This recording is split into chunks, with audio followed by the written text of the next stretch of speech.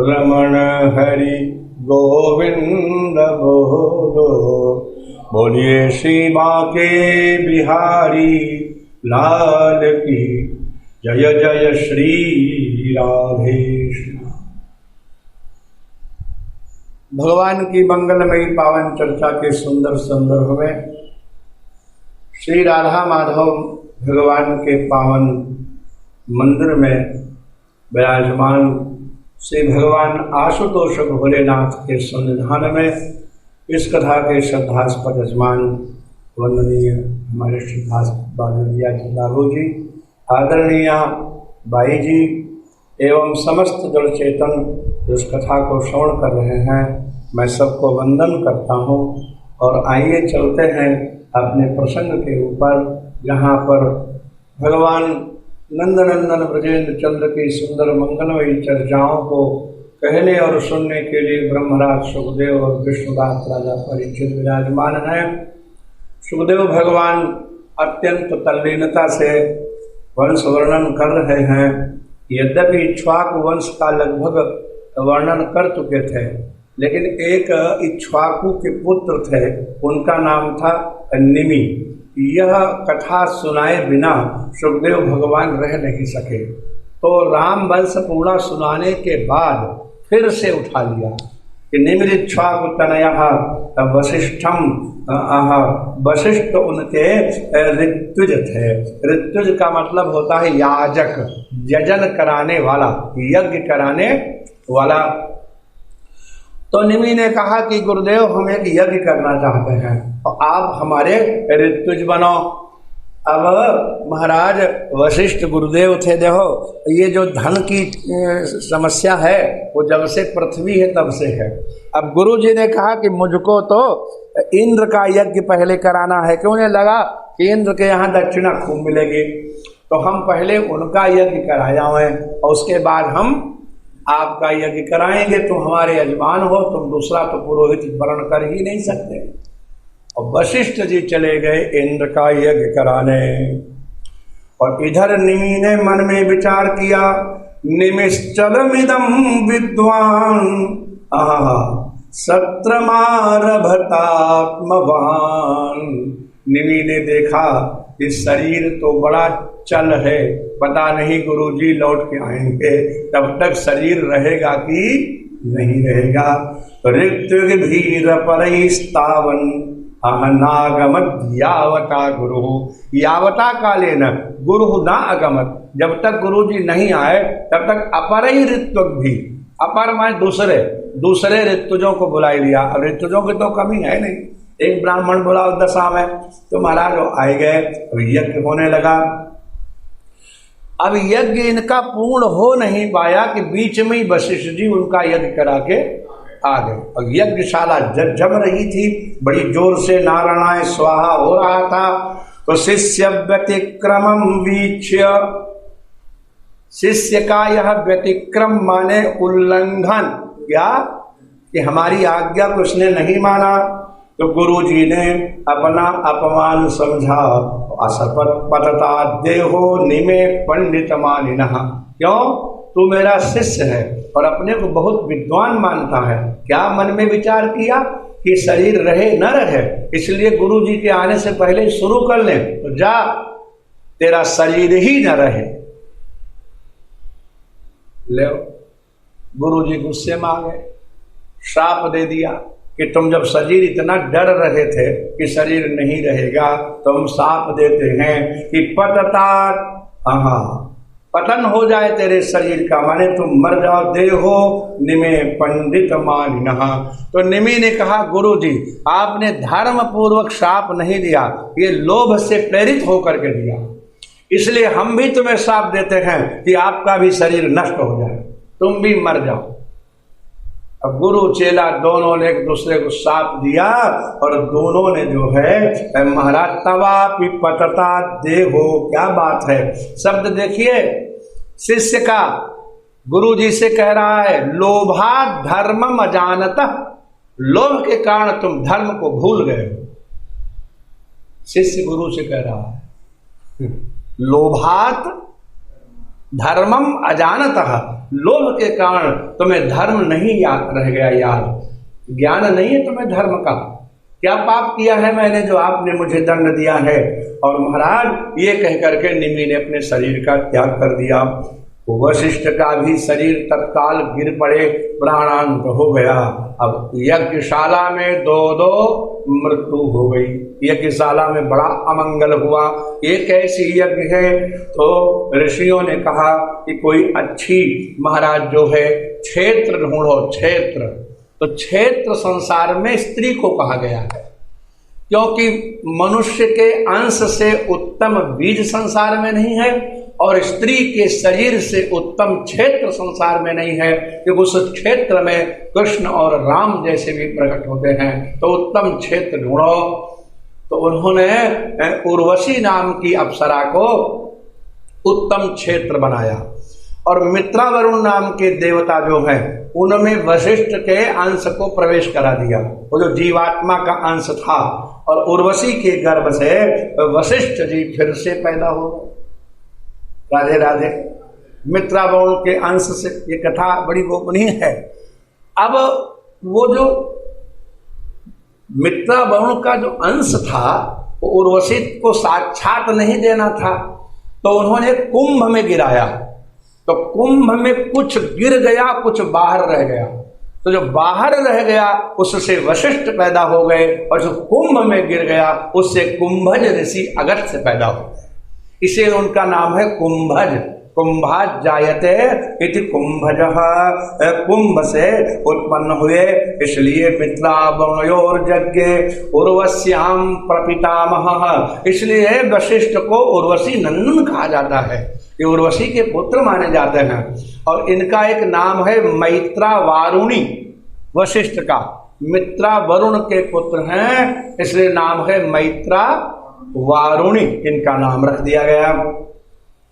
अब महाराज जो है वो जो गंध वस्तु तद्देहम निधाय मुनिसत्तमाः, और उनका जो शरीर था पुराना उसको गंध वाली जो वस्तुएं हैं उनको समर्पित कर दिया कि वशिष्ठ का परम तपस्वी तेजस्वी है शरीर, तो इसको गंध वस्तुओं को समर्पित कर दिया गया।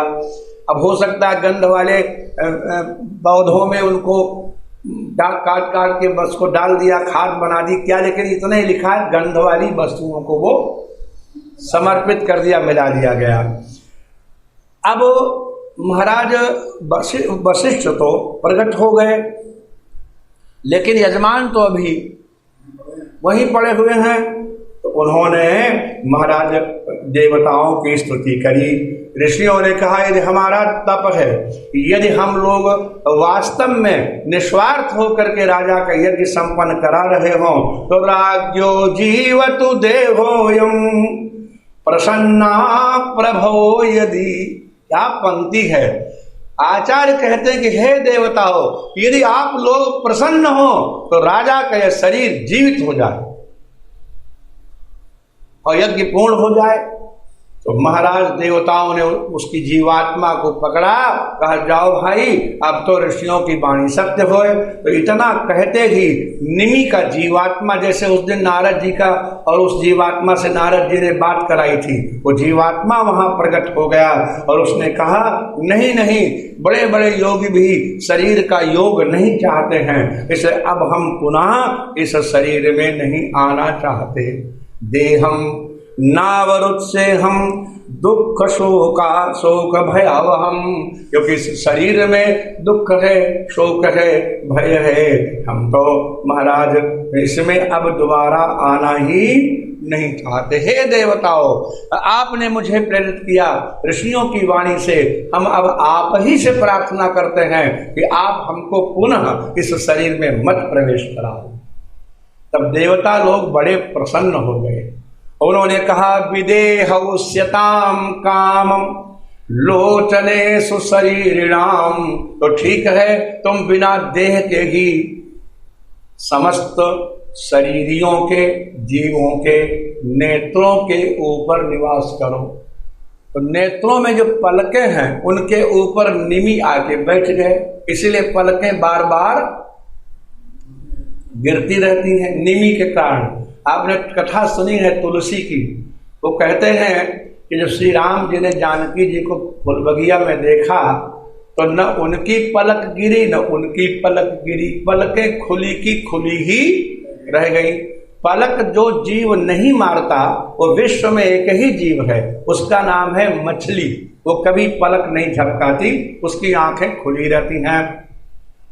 लेकिन राम सीता की पलकें क्यों खुली रह गई? तो भये बिलोचन चारु अचंचल, ये लोचन क्यों अचंचल हो गए, क्यों नहीं पलके गिरी? बड़े से नहीं गिरी कि देखो ये निमि जो हैं ये इक्ष्वाकु वंश के राजा हैं। क्या निमि का स्वरूप है? ये इक्ष्वाकु वंश के हैं और इक्ष्वाकु के वंश में प्रभु राम प्रकट हुए हैं, इसलिए राम जी के पूर्वज हैं।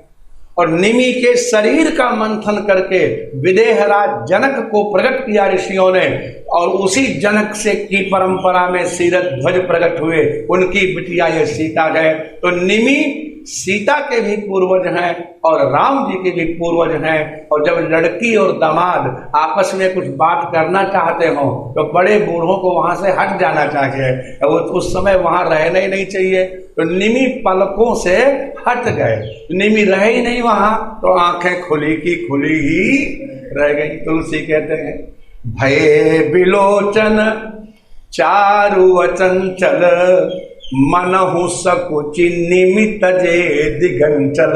मानो संकोच में आकर के निमि ने प्रांतों का त्याग कर दिया और राम सीता के नेत्र बंद के बंद ही रह गए। विदेहस्यताम कामम लोचने सुशरीरिणाम, समस्त जीवों के नेत्रों पर तुम निवास करो। उन्मेषण निमेषाभ्याम लक्षितो ध्यात्म संस्थितः। उन्मेष और निमेष पलक खुलने और गिरने से लक्षितः, तुमको लोग जानते रहेंगे कि देखो निमि राजा यहाँ बैठे हैं। अब राजा ही नहीं रहा, यज्ञ पूरा कैसे होए और अराजकता भी हो जाएगी। तो ऐसा करो, यज्ञ तो पूर्ण ही करना है, इनके शरीर का मंथन किया जाए। तो दोबारा पहले वेद के शरीर का मंथन किया तो राजा पृथु प्रकट हुए, और निमि के शरीर का मंथन किया तो मिथि नाम का बालक प्रकट हुआ। और मिथि ने ही नगरी बसाई, उसका नाम हो गया मिथिला। संकल्प से जन्म हो गया तो जन्मना जनकः, इसीलिए उनका नाम जनक हुआ। माता के शरीर के बिना ही प्रकट हुआ, इसलिए विदेह कहलाया। तो उन्हीं के उनका नाम विदेह भी हुआ, मंथन से हुआ इसलिए मिथि, और जन्मना जनकः यूं ही जन्म ले लिया इसलिए नाम जनक हो गया। इन जनक के पुत्र हुए उदावसु, उदावसु के पुत्र थे नंदिवर्धन, नंदिवर्धन के सुकेतु, सुकेतु के देवराट, देवराट के बृहदरथ, बृहदरथ के सुधृत, सुधृत के दृष्टकेतु, दृष्टकेतु के हरियस्व, हरियस्व के मरु, मरु के प्रतीप, प्रतीप तस्याह जाता कृतिरथा, प्रतीप के हुए मरु, मरु के कृतिरथ, कृतिरथ के देवमीढ़, देवमीढ़ के विश्रुत, विश्रुत के महाधति, महाधति के कृतिराट, कृतिराट के पुत्र हुए महारोमा, महारोमा के स्वर्णरोमा, स्वर्णरोमा के हर्षरोमा, और हर्षरोमा के पुत्र थे क्षीरध्वज। इन क्षीरध्वज से ही भगवती जानकी माता प्रकट हुई थी। यह जो है जानकी की वंश परंपरा। सीर माने होता है हल, और सीर चला रहे थे तो हल के नीचे जो एक लोहे की जो होती है फाल, उसको कसे रहने के लिए एक लकड़ी की चीप उसमें ठोकी जाती है, उसको कहते थे सीता।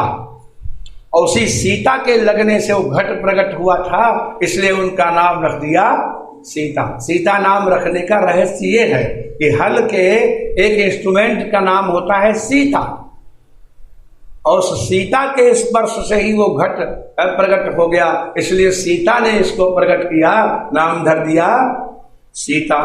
इस तरह से सीरत ध्वज महाराज ये 22वीं पीढ़ी में माता जानकी प्रकट हुई है जनक के, और वहाँ जो है उन्हीं सीता का ब्याह फिर हुआ था। सुखदेव भगवान ने कहा एते मिथिला ते मैथिला राजन, ये जितने ये 22 राजा हुए मैथिल, ये सब कैसे थे?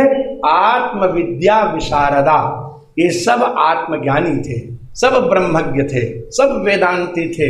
नारद, व्यास और सुखदेव और पिप्पलाद जैसे महात्मा महाराज जनक के पास जाकर के आत्मविद्या का अभ्यास किया करते थे। सोचिए कैसे कैसे राजा हुए हैं। हाँ, हमारे यहाँ बड़े बड़े ज्ञानी लोग हुए हैं। आपके ही कम्युनिटी में देखिए, भाई जी हुए हनुमान प्रसाद पोद्दार और सेठ जी हुए जयदयाल गोयनका। क्या कोई पंडित होगा शास्त्र पढ़ करके इतना विद्वान? आज भी गोयनका जी की पुस्तकें आप पढ़िए, जो गीता पर उन्होंने टीका लिखी है वो पढ़िए, हनुमान प्रसाद पोद्दार जी की पुस्तकें पढ़िए।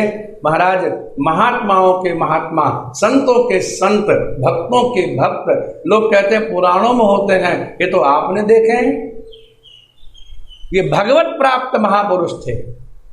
तो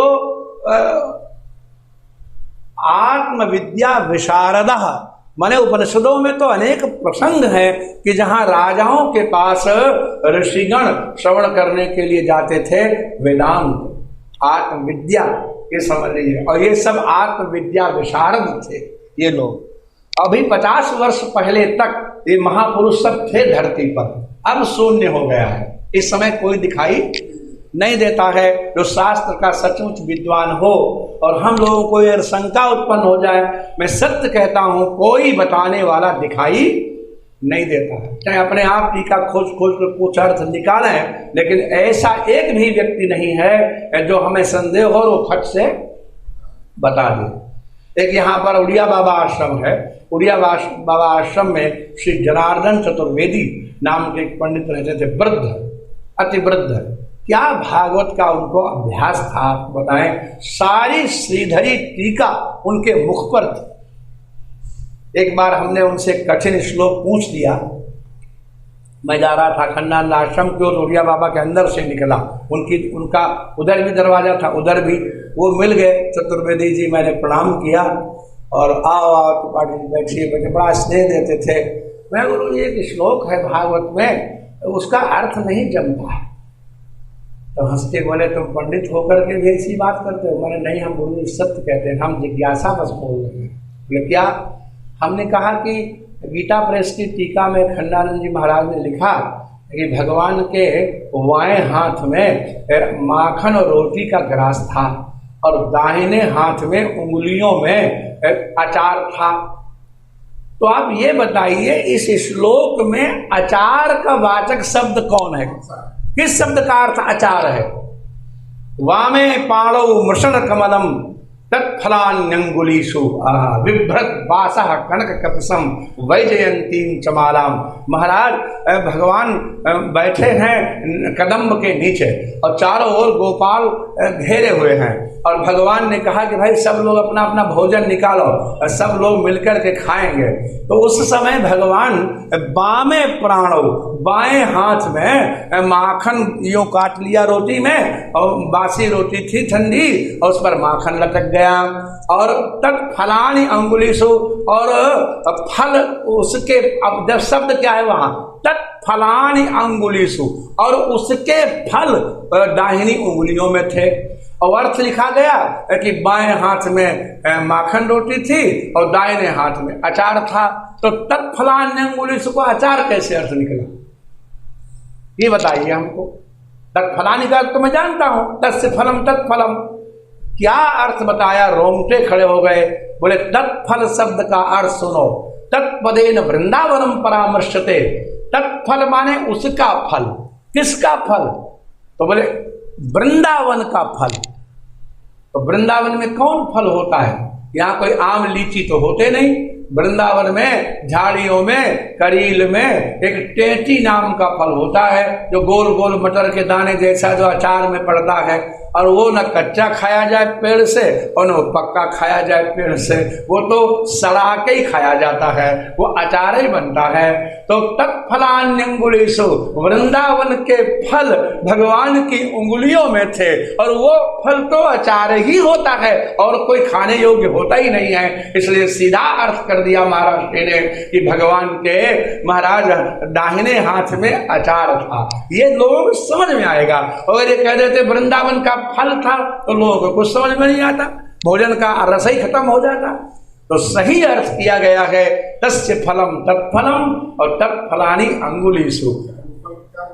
टेटी, टेटी यहाँ एक टेटी गांव है। हम लोग उसका अचार खाते हैं इसलिए पूछ रहा हूँ। हाँ, पानीपत का जो पचमेल अचार है उसमें टेटी बहुत होती है, बहुत होती है।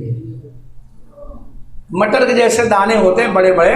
और हाँ, वहाँ जहाँ पर बलुवर जमीन होगी, ऊंची नीची जमीन होगी, वहीं से तो आता है, यहाँ तो रहा नहीं। हमने खुद यहाँ टेटी लगी हुई अपनी आंखों से देखी है। और कभी कभी टेटी बिकने भी आती तो किसी के पास 2 किलो से ज्यादा नहीं होती है और बहुत महंगी 200 रुपए किलो, 150 रुपए किलो।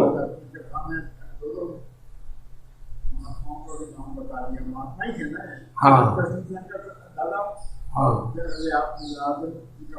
हाँ, सब महात्मा थे, सब महात्मा थे। तो जनार्दन जी ऐसे विद्वान थे भागवत के, 90 वर्ष की अवस्था तक कथा करते रहे। और मैंने उनका दर्शन किया। अब उनका शरीर नहीं रहा, यद्यपि उनके पौत्र आदि हैं वो पढ़े लिखे नहीं ज़्यादा हैं, लेकिन जब उन्होंने तत्फलानि अंगुलीषु का अर्थ बताया, किसी टीका में अर्थ नहीं मिल सकता। भागवत कृपा से ही धन्य थे पूज्य स्वामी खंडानंद जी महाराज जिन्होंने अर्थ किए। आप बताइए, 9 टीकाओं को पढ़वा करके। तो ये तो बड़ा दिव्य है। इसके पास कब ज्ञान कहाँ आ जाए, कब किस पर कृपा हो जाए। काकभूषुंडी जी तो कौआ हैं और उनके पास कितना ज्ञान है। 27,000 चतुर्युगी बीत गई हैं और कथा अभी पूरी नहीं हुई है। यहाँ बसत मोहि सुनु खग ईसा बीते कल्प 7 अरु 20। 27 कल्प, 7 और 20, 27 कल्प हो गए। मैं 27,000 चतुर्युगी बीत गई, सोचिए। और कथा अभी भी चल रही है। सूत जी कौन है? वो विलोम वर्ण शंकर हैं, लेकिन ऋषियों ने कहा तुम हमारे कथावाचक हो, और बैठ करके कथा वाच रहे हैं। और ऋषिगण कौन सुन रहे हैं? सौनक जैसे भगवंशी ऋषि जो बब्रचः, जो ऋग्वेद के विशाल पंडित हैं, ऐसे लोग उनके श्रोता हैं।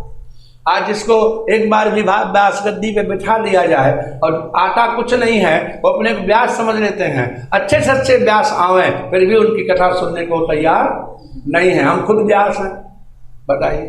अहंकार का कोई अंत नहीं होता। भगवान शिव स्वयं जब कैलाश पर्वत से जाकर के अगस्त्य मुनि के आश्रम में बैठते हैं नीचे और कहते हैं हमें राम कथा सुनाइए। और शिव जी कौन है? जिनके अंतःकरण में राम कथा विराजमान है। बताइए। रचि महेश निज मानस राखा, पायु समऊ शिवासन भाखा। और काकभूषुंडी किसके चेला है? सोई शिव काग भूषुंडी दीन्हा, राम भगत अधिकारी चिन्हा। और तेही सन, उसी काकभूषुंडी से तेही सन जाग बलिक पुनि पावा। याज्ञवल्क्य जैसा संत विद्वान वैदिक जो जनक की सभा में हजारों पंडितों को शास्त्रार्थ में हरा दिया। जनक जी केवल गुरु मानते हैं अगर ब्रह्म विद्या का, तो केवल याज्ञवल्क्य भगवान। और वो याज्ञवल्क्य काकभूषुंडी के चेला बने और बोले हमको राम कथा नहीं आती। तेही सन जाग बलिक पुनि पावा, और 3 पुनि भरद्वाज प्रति गावा। और उन्हीं याज्ञवल्क्य ने प्रयाग में भरद्वाज को कथा सुनाई।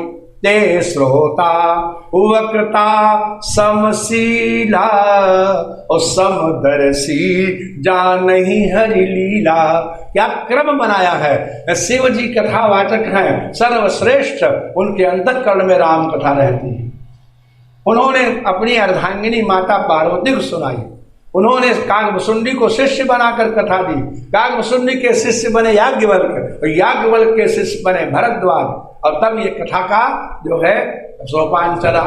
और मैंने तो तुलसी बाबा से पूछा, ये तो आप दूसरों की बता रहे, अपनी तो बताओ, तुमको कहाँ से मिली? तो मैं पुण्य निज गुरु सन सुनी, कथा से सूकर खेत, समझी नहीं तसी बालपन, तब मैं रहे अचेत। हमको गुरु जी ने ये कथा सूकर क्षेत्र में सुनाई थी, लेकिन मैं पूरा तो नहीं समझा, लेकिन तदपि कही गुरु बारहि बारा, ये है बार बार गुरु जी ने कहा तो समझी परी कछुमति अनुसारा, वही हम कथा तुमको सुनावेंगे। तो ये बात कितनी विचित्र है कि योगे स्वरत प्रसादेन ब्रह्म विद्या वसारदाः, ये सबके सब ब्रह्म विद्या के विशारद थे, या जो मंथन से उत्पन्न मिथि के वंश में प्रकट हुए हैं। अब जाकर सुखदेव भगवान बोले बस इतना ही हम आपको सूर्यवंश सुनाते हैं। अथात सूयताम राजन वंश सोमस्य पावना। अच्छा राजा परीक्षित, अब तुमको हम थोड़ा चंद्रवंश भी सुनाना जी। जी जी, तो आप इधर बता रहे हैं इक्ष्वाकु वंश के थे, इक्ष्वाकु के पुत्र थे। हाँ तो वो हुए सूर्यवंश से।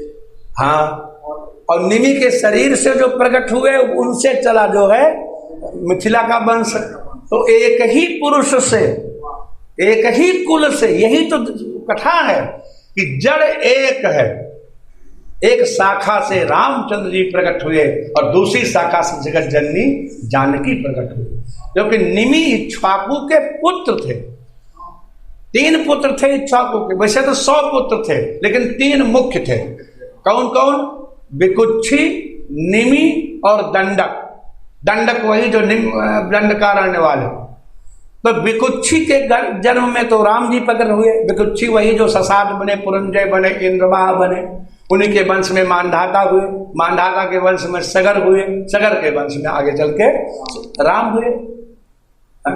सगर के पुत्र ही तो थे, क्या नाम जो है असमंजस, असमंजस के पुत्र थे अंशुमान, अंशुमान के पुत्र थे दिलीप, दिलीप के पुत्र थे भगीरथ, भगीरथ के पुत्र थे श्रुत, श्रुत के पुत्र थे तो अयुतायु, अयुतायु के पुत्र थे क्या नाम ये ऋतुपर्ण, ऋतुपर्ण के पुत्र थे सुदास, सुदास के पुत्र थे अस्मक, अस्मक के मूलक, मूलक के दशरथ, दशरथ के ऐडविड, ऐडविड के खट्वांग, खट्वांग के प्रथुश्रवा, प्रथुश्रवा के दिलीप, दिलीप के रघु, रघु के अज, अज के दशरथ और दशरथ के श्री राम।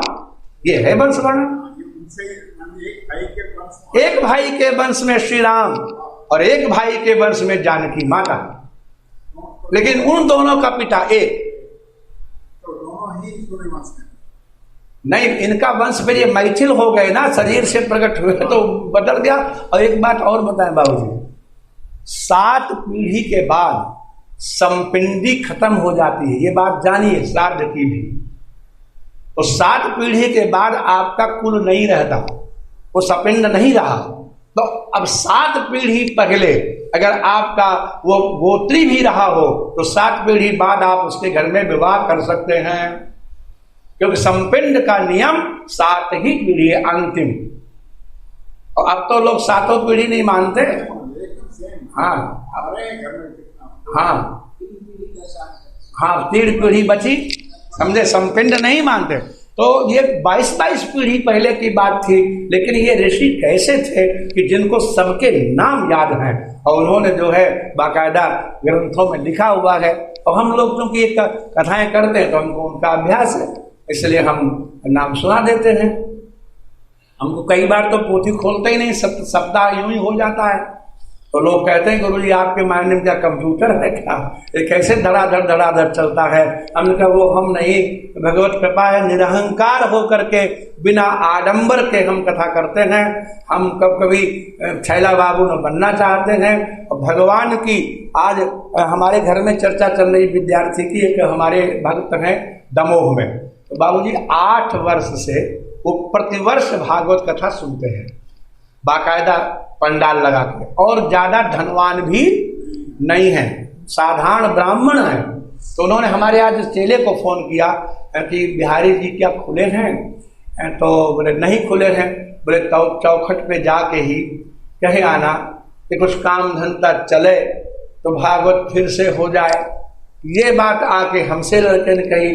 तो मैंने कहा देखो सबके काम बंद हैं, लेकिन जे राखे रघुवीर ते उबरे ते ही काल महू। मैंने कहा इसका दृष्टांत मैं हूं कि कैसे सत्पुरुष हमको मिले, और हमको तो इतनी व्यस्तता हो गई कि पता ही नहीं चलता है रात दिन कब बीत रहे हैं। तो ये क्या है? भगवत कृपा का। लड़कन ने कहा ठीक गुरुजी, भगवत कृपा का प्रत्यक्ष फल है आपका हम दर्शन कर रहे हैं कि इस समय भी जब सब बिल्कुल गुफाओं में पड़े हुए हैं और आप व्यस्त हैं। हम तो बहुत व्यस्त हैं भैया, इसमें कोई से कई बार रात्रि को जी होता है मूल भागवत देखें कि कहाँ पर और कौन बात छूट तो नहीं गई, तो इसलिए उस वहाँ भी व्यस्तता होती ही है।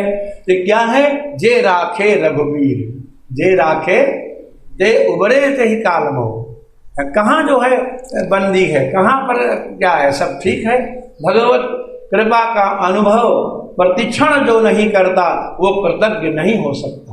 जिस अवस्था में है वह अवस्था भगवत कृपा का फल है, हमारा कोई पुरुषार्थ नहीं है। तो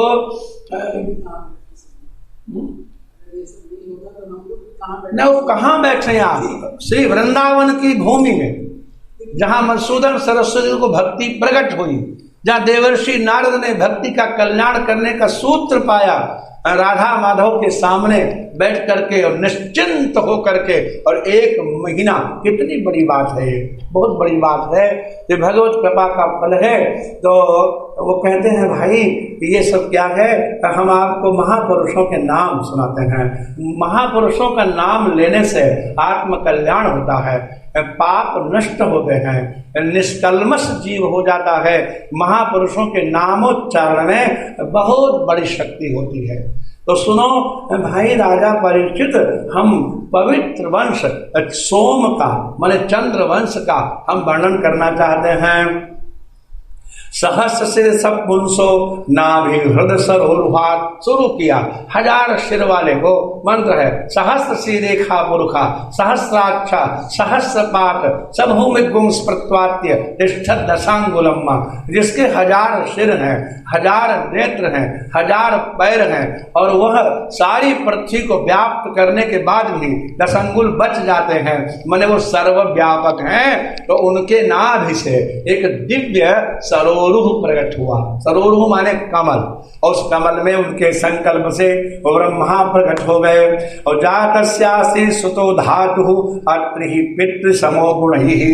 ब्रह्मा के संकल्प से उनके नेत्रों से एक पुत्र प्रकट हो गया, उसका नाम है अत्रि।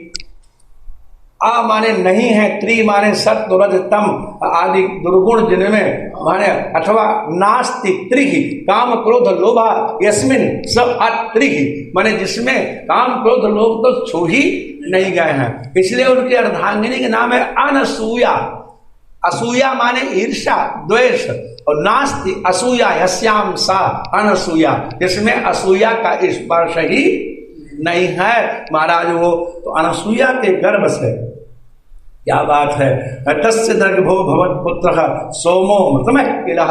महाराज अत्रि ने ही सोम को अमृतमय, सोम माने चंद्रदेव को उन्होंने प्रकट किया।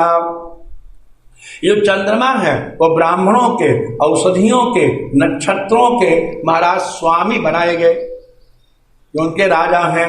तो एक बार की बात है, चंद्रदेव ने राजसूय यज्ञ किया। अब यहाँ जो कथा है आप कहो तो सुनाए, कहो तो न सुनाए। राधे राधे।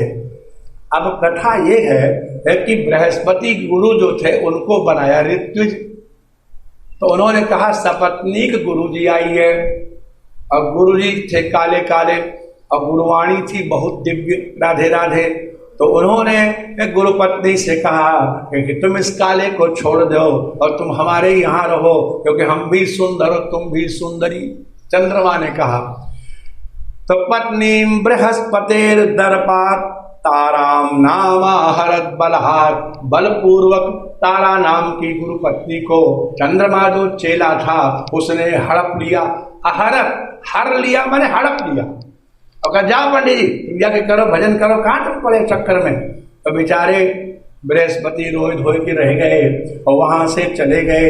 जाकर के उन्होंने देवताओं से बहुत कुछ कहा, तो देवताओं ने कहा ये तो बड़ा दुष्ट है, गुरुपत्नी को हरण कर लिया, चलो इसको दंडित करें। तो शुक्राचार्य को पता लगा कि देवता लोग चंद्रमा पर आक्रमण करना चाहते हैं और शुक्राचार्य बृहस्पति से द्वेष करते हैं। तो शुक्रो बृहस्पतिर दर्पात अग्रहीत सासुरोडपम, उन्होंने अपने शिष्यों से कहा कि तुम चंद्रमा की रक्षा करो। अब देवासुर संग्राम की तैयारी हो गई। एक स्त्री के ऊपर, बोलो राधे राधे, हरो गुरु सतम स्नेहात सर्वभूत गणामृत, और इधर जो है हर माने जो शिव है वो गुरु सुतम, महाराज शिव जी ने सोचा कि शुक्राचार्य हमारा चेला है और इसकी रक्षा करनी चाहिए, तो भगवान शिव भी उन्हीं की तरफ आ गए। ले अब कैसा युद्ध होगा। ब्रह्मा जी ने देखा ये तो महाराज सर्वदेव गणोपेतो महेंद्र, सारे देवताओं को लेकर के इंद्र एक तरफ हैं, भगवान शिव और असुर एक तरफ हैं, इस युद्ध का अंत क्या होगा। उन्होंने तुरंत जो है चंद्रमा को बुलाया और सोमम निर्भृत्य, और चंद्रमा की बड़ी निंदा की। मूर्ख कहीं का, वो दादाजी हैं तो उनकी सब मानते हैं, तुझे लज्जा नहीं आती, ये देवासुर, चलो दे दो पत्नी, गुरु को लौटाओ। तो चंद्रमा ब्रह्मा जी के कहने से तैयार हो गया। जब बृहस्पति की पत्नी उनको मिली तो महाराज ताराम सुभृते प्रादात अंतर्वत्नी भवेत पति, जान गया पति ये जो हमारी पत्नी है ये तो इस समय सगर्भा है। कैसी है? हाँ, और गर्भपूर्ण है। तो क्या बोले, त्यजासु दुष्प्रज्ञे मच्छेत्रादाहितम परई, अरे दुष्प्रज्ञे, अरे कुबुद्धि, तू कौन है? तू मेरा क्षेत्र है और मेरे क्षेत्र में परई ही शत्रुओं के द्वारा निर्वपित जो है उसको तू धारण की है, इसे जल्दी से इसका त्याग कर दो। तो उसने कहा हम त्याग कर देंगे, अब हमें दंड तो नहीं देंगे। तो बोले नहीं नहीं, ना हम तो हम भस्मसात कुर्याम, हम तुम्हें शाप नहीं देंगे, हम तुम्हें भस्म नहीं करेंगे। क्यों नहीं करेंगे? बोले स्त्रियम संतानिक सती, क्योंकि मैं भी संतान की कामना करता हूं और संतान बिना स्त्री के हो नहीं सकती, इसलिए हम तुम्हारा त्याग नहीं करना चाहते, किंतु तुम जल्दी से हमारे क्षेत्र से दूसरे का अंश त्याग दो। तो तत्याज पीड़िता तारा कुमारम कनक प्रभम, अब कुमार तो कनक प्रभम, कनक सुवर्ण के समान चंद्रमा का पुत्र ऐसा तेजस्वी पैदा हुआ। तो बृहस्पति बोले हो न हो ये मेरा ही हो। पुत्र को देख के उनका मन चले आया कि तो मेरा ही लगता है। चंद्रमा कहता है कि ममायम न तव, ये तो मेरा है तुम्हारा नहीं है, पुत्र तो मैं ही लूंगा। अब इस पर झगड़ा शुरू कि पुत्र चंद्रमा का ले कि बृहस्पति ले। अब इस पर जब झगड़ा शुरू हुआ तो उस झगड़े को वो जो बालक था, क्योंकि देवता था, जल्दी ही बड़ा हो गया, उसे बड़ी लज्जा आई कि हाय मैं कैसा हूं, जिसके पिता का ही निश्चय नहीं है। तो कुमारो मातरम प्राह कुपितो लीक लज्जया, तब कुमार ने माता से कहा कि नवोचसी असदवृत्ते आत्मा वद्यम बदासु में, अरे क्यों नहीं कहती है, बताती क्यों नहीं है कि मेरा पिता कौन है। अब इस झगड़े में पूरा समूह वहां इकट्ठा था, देवता भी असुर भी। अब सबके सामने कोई स्त्री कैसे कहे, तो ब्रह्मा जी ने एकांत में उसको बुलाया। ब्रह्मा ताम रह आहूय समप्राचित सांत्वयन, तो ब्रह्मा ने सांत्वना दी, बिटिया कोई बात नहीं, जो हुआ सो हुआ, अब बताओ ये पुत्र किसका है। तो सोमस्य त्याह सनकई, ये तो सोमस्य, ये तो चंद्रमा का ही है। सन कई धीरे से कह दिया। तो ब्रह्मा जी ने चंद्रमा को बुलाया, कहा ये तुम्हारा पुत्र है, अपना ले जाओ। और बृहस्पति से कहा तुम अपनी पत्नी को ले जाओ और झंझट छोड़ो। इस तरह से पुत्र तो हुआ चंद्रमा का और क्षेत्र था बृहस्पति का। अब ये चंद्रमा का पुत्र हो गया बुध, इसका नाम रखा गया, यही बुध ग्रह है। इसी बुध के साथ उस सुद्युम्न जो स्त्री कल हो गया था उसके साथ विवाह हो गया था, तो पुरुरवा ये पैदा हुआ था। हाँ, इसी बुध का पुत्र पुरुरवा है जो इला के गर्भ से पैदा हुआ। लड़की थी तब इला नाम था ना, तो फिर इलई माना गया, इसलिए पुरुरवा को ऐलेय भी कहते हैं। ऐल इला या अपत्यम पुमान ऐला, इसीलिए ऐल गीत जो है भागवत में वर्णन है। तो पुरुरवा हुआ। अरे पुरुरवा बड़े सुंदर थे। एक बार की बात है, मित्रावरुण नाम के देवता ने उर्वशी को शाप दे दिया, उनकी सेवा में उपस्थित नहीं हुई। तो कहा तू नरलोक निवासिनी बन जा, मृतलोक में रहे। अब वो सोची कि मृतलोक में कोई स्त्री कैसे रह सकती है बिना पुरुष के आश्रय से, क्योंकि स्त्री तो लता होती है और पुरुष वृक्ष होता है। लता वृक्ष के आश्रित ही होकर के सुरक्षित और बढ़ती है, नहीं तो वो नष्ट हो जाती है। तो उसने अपने गणों से कहा तुम पता लगाओ इस समय पृथ्वी पर सबसे तेजस्वी, पराक्रमी, सुंदर और दृढ़ प्रतिज्ञ सत्यवादी कौन है। तो जाके उनको बताया कि इस समय महाराज बुध नंदन पुरुरवा से श्रेष्ठ और कोई नहीं है। तो पुरुरवा के पास वो आई, दिव्य रूप है, पुरुरवा का विवाह हुआ नहीं है। तो देखते ही बोले स्वागतम ते बरारोहे, देवी तुम्हारा स्वागत है, आप कौन हो बताओ, हम तो तुमको पहचानते नहीं हैं, क्या विवाह करोगी। कोई भूमिका नहीं, विवाह करो तो हम करें। तो उर्वशी कहती है कि आप जैसे महापुरुष के साथ कौन रमणी विवाह करना नहीं चाहेगी, लेकिन मैं विवाह सशर्त करूंगी, कंडीशनल मैरिज।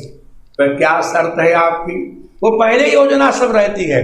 बोले मेरे पास ये 2 उरणक है। उरणक माने भेड़ के बच्चे, कोई कुत्ता पालता कोई भेड़ पालता है, ये तो अपनी अपनी शौक है। तो महाराज उरणक ये हमारे 2 उरणक हैं। उरणक माने भेड़ के बच्चे हैं। तो तुम क्या धरोहर के रूप में इनकी रक्षा कर पाओगे। यदि रक्षा कर सको तो हम तुमसे विवाह करें। और महाराज दूसरा बात यह है, दूसरी शर्त यह है कि घृतम में वीर भक्ष्यम स्यात्, मैं नरलोक में घृत के अतिरिक्त और कोई भी पदार्थ का भोग नहीं लगाऊंगी, केवल घी पी करके रहूंगी। क्योंकि देवा वही आज्य भोगी ना, देवता तो आज्य भोगी होते हैं। और घी का एक नाम है आज्य।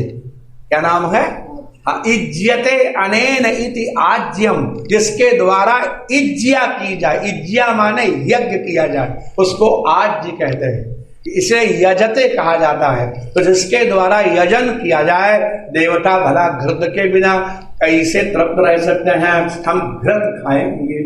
और बोले एक और शर्त है, नेच्छेत्वान्यत्र मैथुनात्, एकांत के अतिरिक्त हम कभी भी तुम्हें निर्वस्त्र न देखें। यदि तुमने इन शर्तों का पालन किया तो हम आपके साथ रहेंगी, और जिस दिन ये शर्त तोड़ दोगे उसी दिन हम आपको छोड़कर चली जाएंगी। ये सब शर्तें रखती ही बड़ी चीज, बड़े लोग। गंगा माता ने भी शर्त रखी थी संतनों से, कि हमारी बात में कभी अगर तुमने इंटरफेयर नहीं किया तब तक हम रहेंगी, और यदि तुमने टोक दिया तो उसी समय हम चली जाएंगी। 7 पुत्र गंगा जी ने मार डाले। पैदा होते ये 7 बसु थे।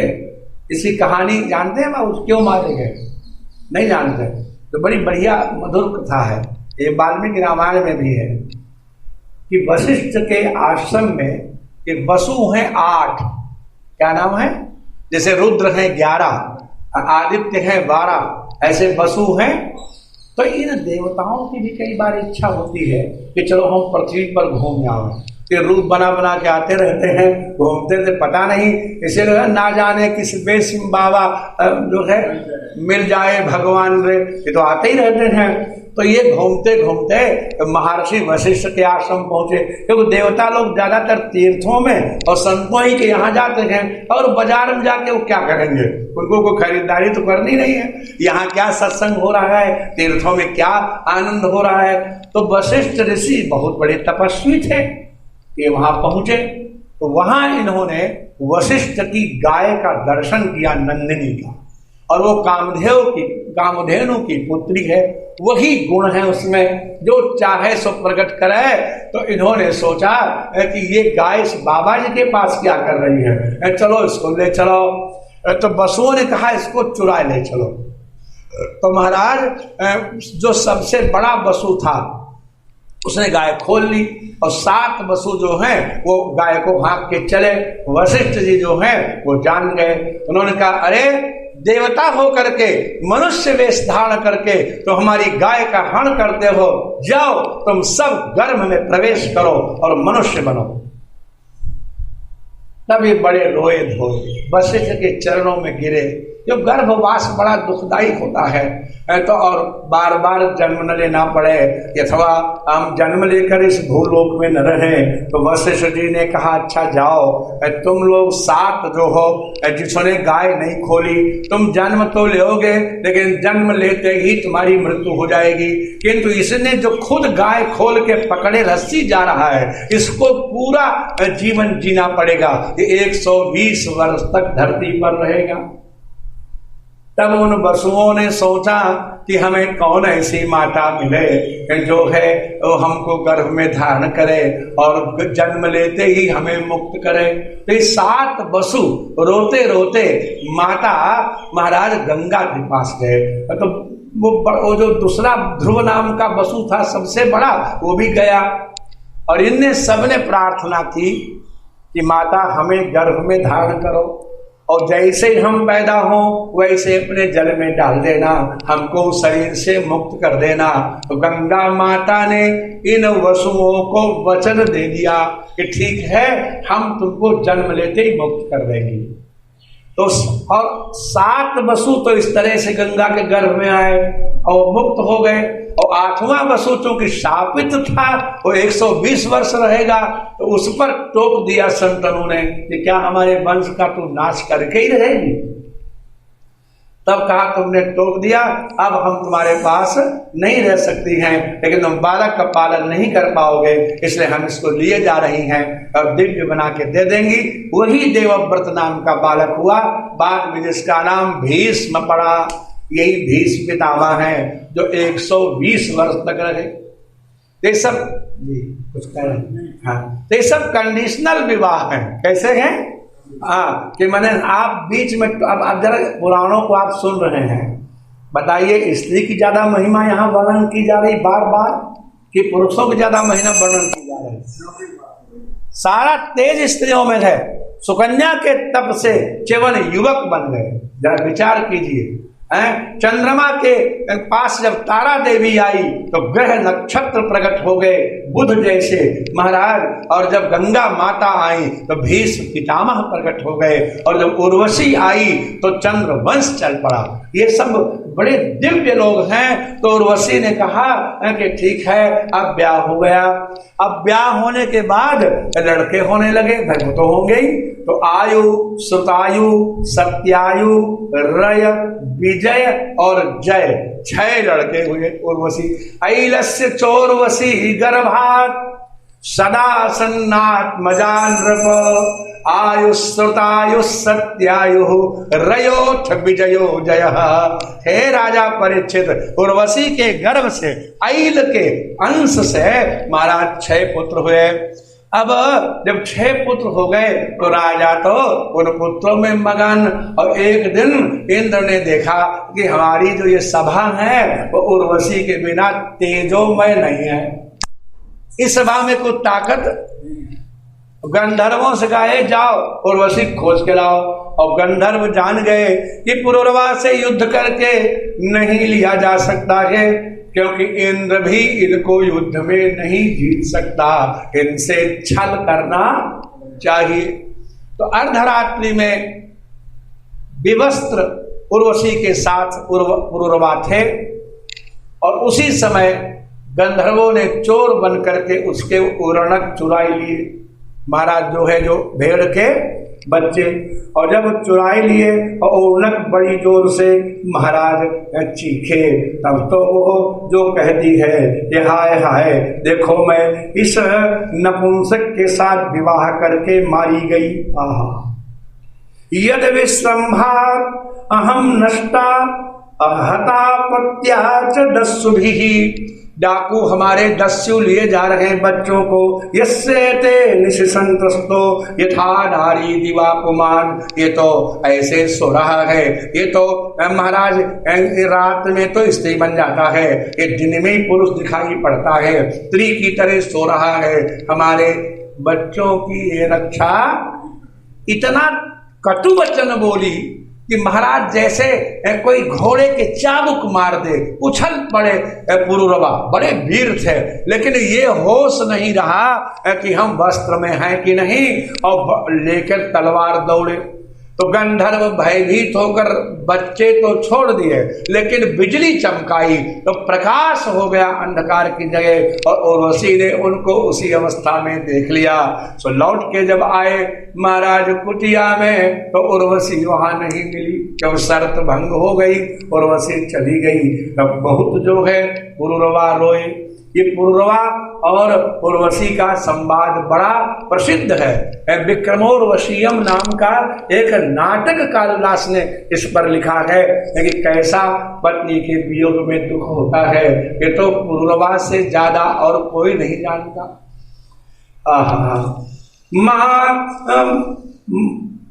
मृथाः पुरुषोषित्वम्, अब तो रोने लगे। अहो जाए, रुको रुको, ये हमारा जो शरीर है ये चला जाएगा, हम तुम्हारे बिना नहीं रह सकते हैं। तब उर्वशी समझाने लगी कि तुम इस तरह से क्यों दुखी होते हो, अरे तुम तो पुरुष हो।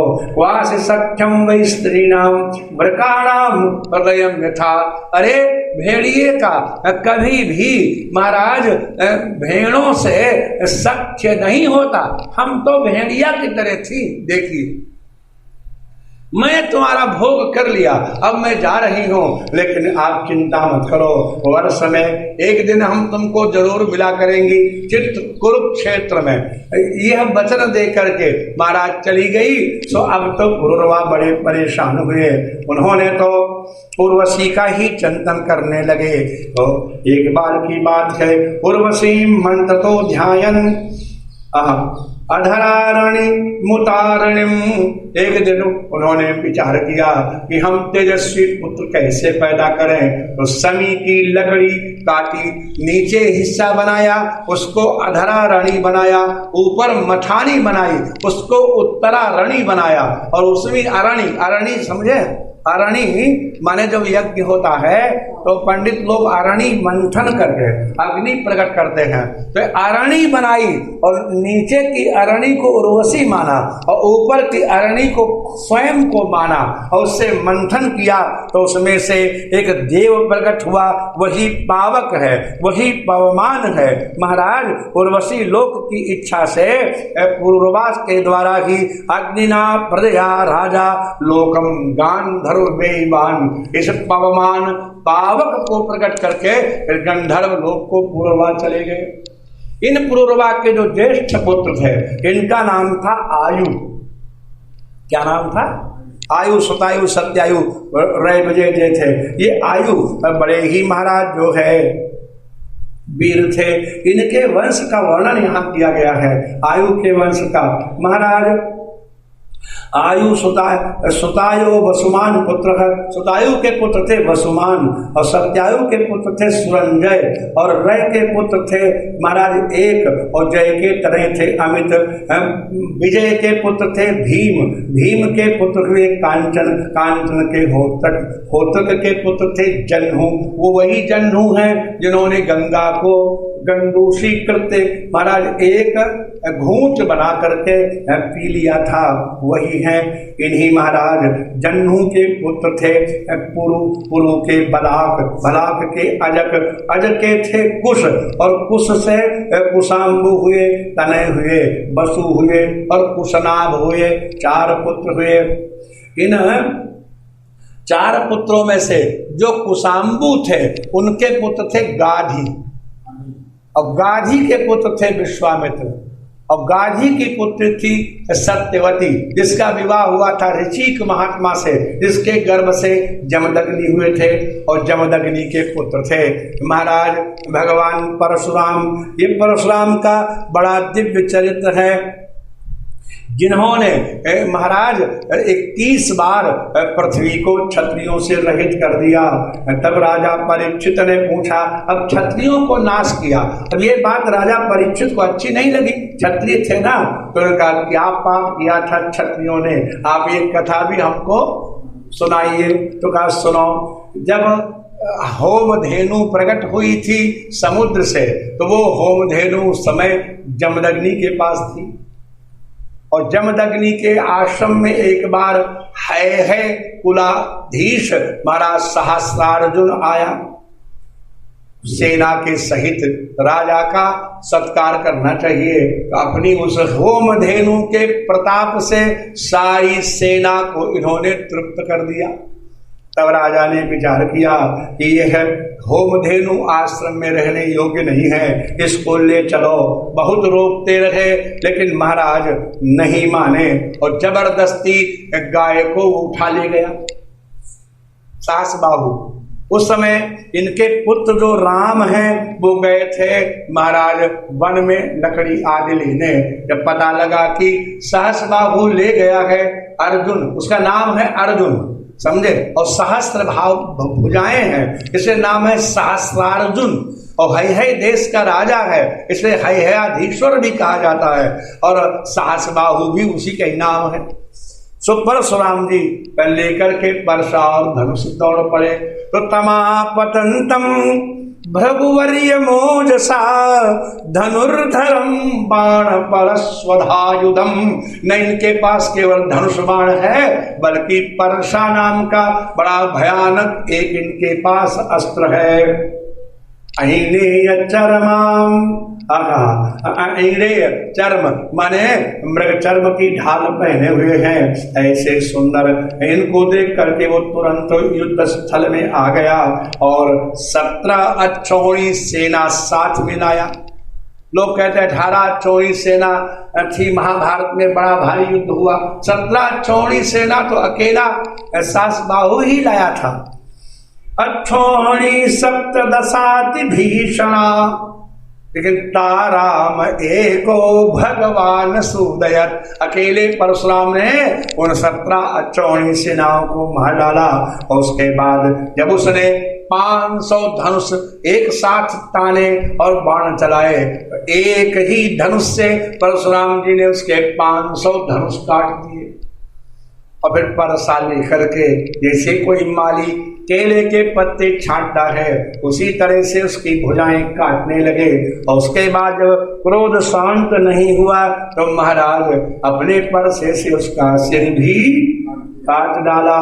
कृतबाहो शिरस्तस्य गृह संग विवाहर, जैसे पर्वत का शिखर कोई हाथी गिरावे, ऐसे गिरा दिया। अब तो महाराज अपनी गाय और बछड़ा लेके आए गए। अब बहुत डर गए, इसके लड़के थे 500 सास बाहु के, और ये मौका देखते रहते थे कि कैसे अपने पिता का बदला लें, पता लगाए रहते थे। तो एक बार की बात है, महाराज परशुराम जी वहां नहीं थे, और इधर कदाचित रेणुका याता गंगायाम पद्ममाल्यम गंधर्वराजम क्रीडंतम अप्सरोभिरपश्यता। एक दिन की बात है, जब राम गए हुए थे तीर्थ यात्रा पर, तब रेणुका नाम की माता गंगा के किनारे गई, और वहां उसने एक गंधर्व को अप्सराओं से महाराज क्रीड़ा करते हुए देखा जल में। तो विलोकयंती क्रीडंतम, उस गंधर्वराज सुंदर को खेलते हुए देख करके उसका मन आसक्त हो गया और वह यज्ञ की वेला का भी विस्मरण कर गई कि हमारे पतिदेव हमारी प्रतीक्षा कर रहे होंगे। बाद में जब कलश लेकर के आई, हाथ जोड़ी, तो उन्होंने कहा तुम देर कहाँ लगाई? तो उन्होंने कहा कि मैं जल लाने में देर हो गई, कुछ बोल नहीं पाए। वो जान गए और अपने पुत्रों को बुलाया। महाभारत में एक जगह लिखा है 4 पुत्र थे, एक जगह लिखा है 5 पुत्र थे, लेकिन परशुराम सब में छोटे थे। उन्हें पुत्रों से कहा कि इसको मार डालो। धनैताम पुत्र का पापाम इत्युक्तास्ते न चक्रिरे। उन्होंने कहा नहीं पिताजी, हम माता का वध नहीं कर सकते। इतने में तीर्थ यात्रा से राम लौट आए, प्रणाम किया, कहा पुत्र आशीर्वाद तब देंगे अपने भाइयों के सहित माता का वध करो। तो परशुराम जी ने फरसा उठाया, आओ न देखा ताओ, और खट खट खट सबके सिर काट दिए। यही तो लक्ष्मण जी कहते हैं, माता पिता ऋण भय नीके और गुरु ऋण रहा सोच बड़ जी के। आपको तो अपने माता पिता गुरु की आज्ञा पालन करने का बड़ा अभ्यास है। तुम तो पिता के कहने से माँ का भी वध कर सकते हो, समझे, और भाइयों का भी वध कर सकते हो। लगता है इस धनुष का ऋण अब हमारे ही सिर से चुकेगा। 100 जन हमारे माथे काढ़ा। लगता वो ऋण बहुत बढ़ गया है और दिन चली गए, ब्याज बहु बाढ़ा, ब्याज बहुत हो गया। अब इतना ब्याज जोड़ेगा कौन? ऐसा करो, अब आनिया व्यवहारिया बोली, कोई व्यवहारिया बुलाओ, माने जो ब्याज का गुणा भाग करना जानता है। हम तुरंत देव मैं थैली खोली, सुनी कटु वचन कुठार सुधारा, तो हाय हाय सब सभा पुकारा। इतना कटु वचन जब लक्ष्मण जी बोले तो उन्होंने फर से उठाया, बोले कुछ नहीं, तो सभा कहती हाय हाय अम्बरे अम्बरे। तो उनको बहुत गुस्सा आ गया लक्ष्मण जी को। भृगुवर बरसु देखा वो मोही, लेकिन विप्र विचारी बचहु नृपद्रोही। मैं जानता हूं तुम राजाओं के द्रोही हो, लेकिन तुम पंडित जी हो, इसलिए हम तुमको छोड़ देते हैं। ये बड़ा भारी संवाद तुलसी ने रामायण में बड़ा जचा के लिखा है, परशुराम लक्ष्मण संवाद। 2 ही संवाद बहुत अच्छे हैं, एक परशुराम लक्ष्मण संवाद, एक रावण अंगद संवाद। ये दोनों संवाद बड़े अच्छे मनोरम हैं, जो एक एक पंक्ति सुने तो बड़ा मजा आता है। तो महाराज परशुराम ने मार डाला। जब मार डाला तो बड़े खुश हो गए। पिताजी वाह बेटा, वरदान मांगो वरदान मांगो। क्या चाहिए? बोले हमारी माता के सहित हमारे भाई जीवित हो जाएं और उनको यह स्मरण भी न रहे कि मैंने उनको मारा था, क्योंकि वो पिता के वैभव को जानते थे। और फिर से भाई जीवित हो गए। तो वही परशुराम एक दिन गए थे कहीं बाहर, और वो सहस्रबाहु के जो 500 पुत्र थे वो आकर के आश्रम को उन्होंने घेर लिया। जमदग्नि का उन्होंने सिर काट डाला और सिर काट करके माता रेणुका को रोते हुए छोड़कर चले गए। जब राम राम करके माता रेणुका बड़ी जोर से चीखी, हे भैया हमारे पुत्र राम तुम कहाँ हो, कहाँ हो? तुम्हारे पिता का वध कर दिया गया है। प्रसह्य सिर उत्कृत्य निन्नुस्ते छत्र बंधवा। वो तो सबके सब महाराज सिर काट कर छोड़कर चले गए। तो हातात साधो अब तो राम रामे ही ताते थी। आहा, बड़े पुत्रों को नहीं बुलाया, राम रामे ही ताते थी। राम राम राम, परशुराम का नाम तो राम ही है। हाँ, राम राम। कहाँ हो पुत्र, आओ आओ। तुम माता की महाराज पुकार सुनकर आए और अब उनको नहीं रहा गया। उन्होंने तुरंत जब देखे सिर को उनके धड़ से जोड़ करके, देवलोक से क्या गति थी, मन के समान गति है परशुराम जी की, इसलिए अमृत ला के उनको जीवित कर दिया और फिर फरसा उठाया। अब हम क्षत्रियों को नहीं छोड़ेंगे। तब उन्होंने 21 बार क्षत्रियों को महाराज पृथ्वी से नष्ट कर दिया। तो ये जो पुरुरवा है, इन्हीं के वंश में ये परशुराम जी भी प्रकट हुए हैं। पुरुरवा के पुत्र जो थे आयु, उन आयु के पुत्र थे नहुस, क्षत्र, वृद्ध, रजी, रंभ और वीर्यवान और अनेना। इनमें नहुस जो थे इनका बड़ा तेज है। इन नहुस के 6 पुत्र हुए, यति, ययाति, आयाति, संयाति, वियति और कृति। यतिर, ययाति, संयाति, आयाति, वियति, कृति, ये 6 पुत्र महाराज हुए इसके नहुस के। और यति माने यति होता है, तो बड़े पुत्र तो यति हो गए और छोटे पुत्र थे ययाति, वो राजकुमार बने। इनका विवाह शुक्राचार्य की पुत्री देवयानी से हुआ।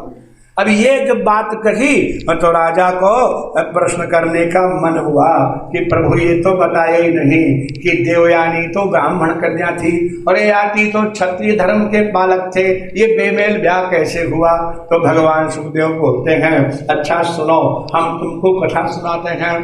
ये पुराने जमाने की बात है। एक दैत्य था, उसका नाम था वृषपर्वा, और वृषपर्वा की बड़ी सुंदर एक कन्या थी, उसका नाम था शर्मिष्ठा।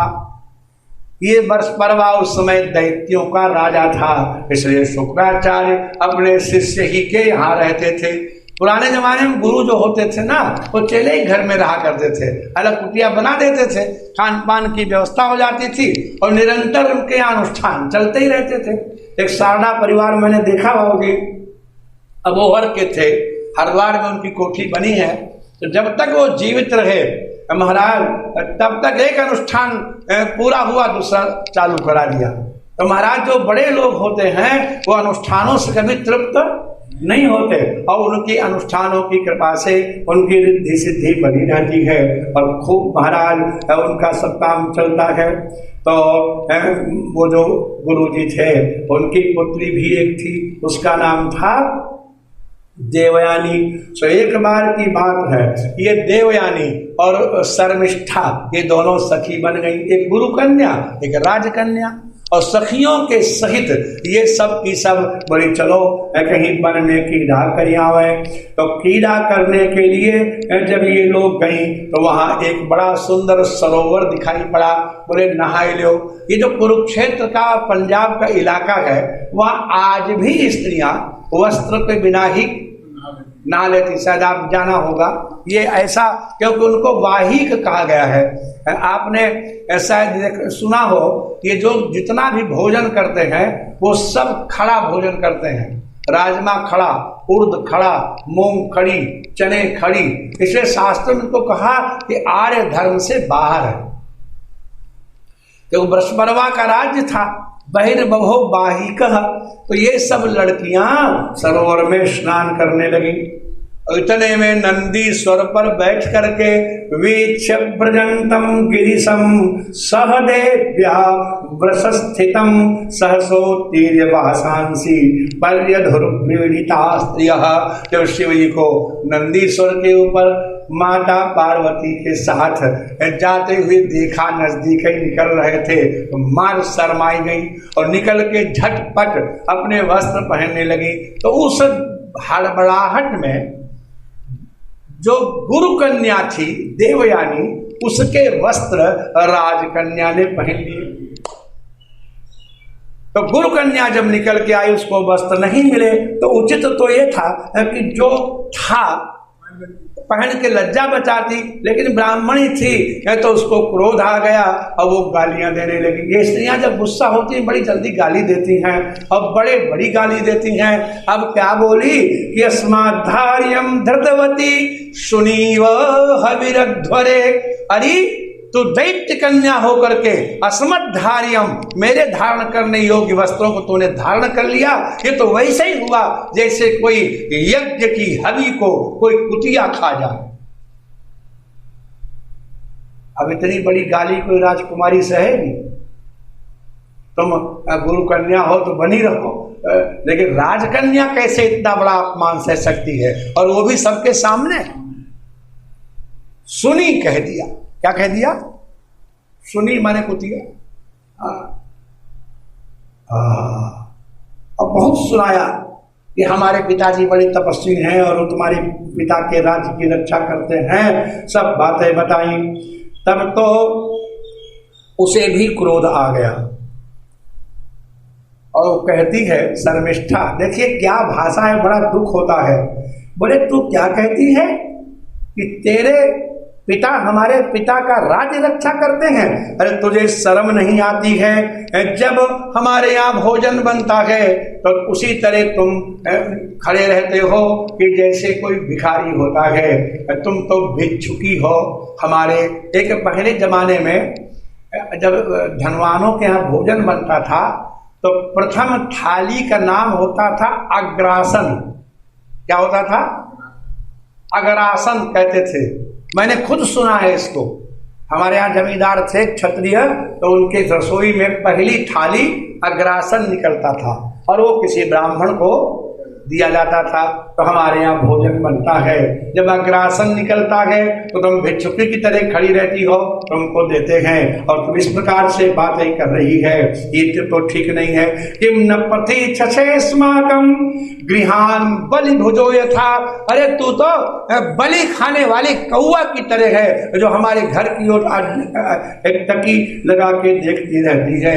सो गुरुपुत्री में और राजपुत्री में ऐसी सापा शापी हुई कि महाराज क्रोध बढ़ता ही गया। अंत में शर्मिष्ठा ने कहा कि ए सखियों, पकड़ो इसको, उठाओ, मारो इसके 2-4 हाथ और उठा करके इसको फेंक दो कहीं कुएं में। तो वही पुराना कुआं भी था। उन सखियों ने देवयानी को मार पीट के कुएं में फेंक दिया और वहां से चली गई। वहां शुक्राचार्य ने पूछा, बिटिया हमारी लड़की नहीं आई, वो कहाँ रह गई? तो बोले मुझे नहीं मालूम है, मेरे साथ नहीं गई थी, और गुस्से में चली गई अंदर। ये तो बड़ी गजब की बात हुई। उधर क्या हुआ कि गुरु अपनी बिटिया की प्रतीक्षा कर रहे हैं और इधर उस कुएं के पास से ये जो चंद्रकुल भूषण नहुष नंदन राजा ययाति निकले। उनको लगी प्यास। पुराने जमाने में जब यात्रा करते थे तो लोटा डोर लेके चलते थे, आपने भी देखा होगा। हाँ, लोटा और डोर विप्र गले लटकाए और तंदुल की पोटरी बगल में दबाए, कहते चले पथ में हरे कृष्ण रामा। महाराज जब सुदामा चले हैं तो वर्णन कोई करता है कि लोटा डोर उनके कांधे पर थी। अब लोटा निकाला, डोर निकाली, पानी भरने के लिए झांका तो पानी तो नहीं दिखा, देवयानी दिखी। यहाँ तो कोई स्त्री पड़ी है और वो भी निर्वस्त्र है। उन्होंने अपना उत्तरीय फेंक दिया, उसने उसको लपेट लिया और किसी तरह प्रयत्न करके उन्होंने हाथ पकड़ के उस लड़की को बाहर निकाला। जब हाथ पकड़ लिया तो देवयानी कहती है, राजन मैं तुम्हारा परिचय नहीं पूछूंगी, हमारा हाथ आज तक किसी पुरुष ने नहीं पकड़ा, आपने प्रथम बार पकड़ा है, इसलिए अब मैं आपकी अर्धांगिनी हुई। इसी का नाम है पाणी ग्रहण। पुराने जमाने में ये मर्यादा थी कि कन्या का हाथ कोई पुरुष पहली बार जब पकड़ता था तो वही उसका पति होता था। आजकल तो हलो हाय रोज होती है, राधे राधे, सब जमाना बदल गया। उन्होंने कहा, देवी तुम कौन हो? मैं तो क्षत्रिय कुलभूषण ययाति हूँ। बोले मैं ऐसी वैसी नहीं हूँ, मैं शुक्राचार्य की पुत्री देवयानी हूँ। ययाति चटक के अलग खड़े हो गए। देवयानी देवी, हम भला आपका तेज कैसे सह पाएंगे? देखो शुक्राचार्य के कोप से हमारी रक्षा करो, हम तुमको अपनी पत्नी नहीं बना सकते, तुम ब्राह्मण कन्या हो। तब देवयानी ने वही कच और जो है संजीवनी विद्या वाली कथा सुनाई कि मेरा विवाह तो ब्राह्मण से हो ही नहीं सकता। कच्छ ने साप दिया है, मैं तो ब्राह्मणेतर से ही ब्याही जाऊंगी और ब्राह्मण के बाद क्षत्रिय होता है। तुम राजा हो, मैं तेजस्विनी हूँ, मुझे स्वीकार करो। बोले ठीक है, मैं तुम्हें बहुत स्नेह करता हूँ, लेकिन बिना पिता की आज्ञा से मैं तुम्हारे बाप से बहुत डरता हूँ, जाओ पिता से कहो। अब यहाँ तो ब्याह की बातें हुई, और वहां जब पहुंची तो महाराज लगी रोने कि माताओं के आंखों के पास दो नसें ऐसी होती हैं कि दो बार ऐसे से करें तो गलगल आंसू निकलने लगते हैं। पुरुष तो बेचारा बहुत कोशिश करता है, लेकिन स्त्रियों के पास ये भगवान ने दिव्य कला दी है, जब चाहें तब रो दें, तनिक बात पर और खूब रो दें। अब तो रोने लगे। कहा बिटिया क्या बात भई? पूरी बात जब उसने बताई तो स्तुवन वृत्तिम च कापोतिम, तब कापोती वृत्ति की स्तुति शुक्राचार्य ने की। आप समझे बाबू? कापोती वृत्ति, वृत्ति माने जीविका, और कापोती माने कपोतस्य इयम, कबूतर की जीविका। जैसे कबूतर एक दाना यहाँ उठा लेता है, एक दाना वहां उठा लेता है, ऐसे ही पहले ब्राह्मण भी दाना उठा उठा करके खेतों से अथवा बाजार उठ जाने के बाद वही सिलोंच वृत्ति, उसको कापोती वृत्ति कहते हैं। इस कापोती वृत्ति वाले एक ब्राह्मण कथा महाभारत में भी दिव्य है। महाराज आपने शायद ये बात सुनी हो तो नहीं सुन लीजिए कि क्या आपने ये सुना है कि राजा युधिष्ठिर के यज्ञ में एक न्योला आया था जिसका आधा शरीर सुवर्ण का था और आधा न्योले का था, और राजा युधिष्ठिर के यहां भी वो सोना नहीं हुआ। तब न्योले ने युधिष्ठिर से पूछा कि क्या तुम्हारे यज्ञ में भी अधर्म का धन लगा है क्या? ये कथा है बड़ी विस्तृत, सुने हो कथा कि नहीं? ये बड़ी दिव्य कथा है। चलो बहुत संक्षेप में आपको इसलिए सुनाते हैं, कभी विस्तार से आप किसी से पूछना। एक ब्राह्मण था, उसकी वृत्ति थी कापोती। कापोती माने कबूतर की तरह दाना उठा उठा करके, सूखा पड़ा हुआ था गाँव में। क्या पड़ा था? और 40 दिन के बाद उस ब्राह्मण को 1.25 सेर जौ मिले। सोचिए आप, अब जौ से क्या करें? तो उन्होंने जौ को भून करके सत्तू बनाए। आधा तो निकल गया भूसी में, जरा सा बचा। 4 व्यक्ति थे, उसी से बलि वैष्णदेव किया, और उसके बाद 4 पत्तों पर केले के बराबर बराबर सत्तू रखा। वो ब्राह्मण, उसकी पत्नी, उसका पुत्र और उसकी पुत्र वधू, और जैसे वो खाने जा रहे थे, एक अतिथि अत्यंत भूखा, इसके प्राण कंठ में आ गए हैं। उसने कहा कि भिक्षाम देहि। जैसे उसको देखा तो उसने मन में विचार किया कि हम तो 2 दिन और जीवित रह सकते हैं, लेकिन यदि इसे न मिला तो आज ही प्राणों का त्याग कर देगा। तो बड़े प्रेम से उस कापोती वृत्ति वाले ब्राह्मण ने उनको कुटिया में बिठाया और महाराज अपना सत्तू उनके सामने सरकाई दिया। अब वो था ही कितना, तो चाट गए। अब फिर जिह्वा ओंठों पर फिराने लगे। जब तक वो खा रहे थे तब तक वो तीनों बैठे देखते रहे। उन्होंने सत्तू नहीं खाया।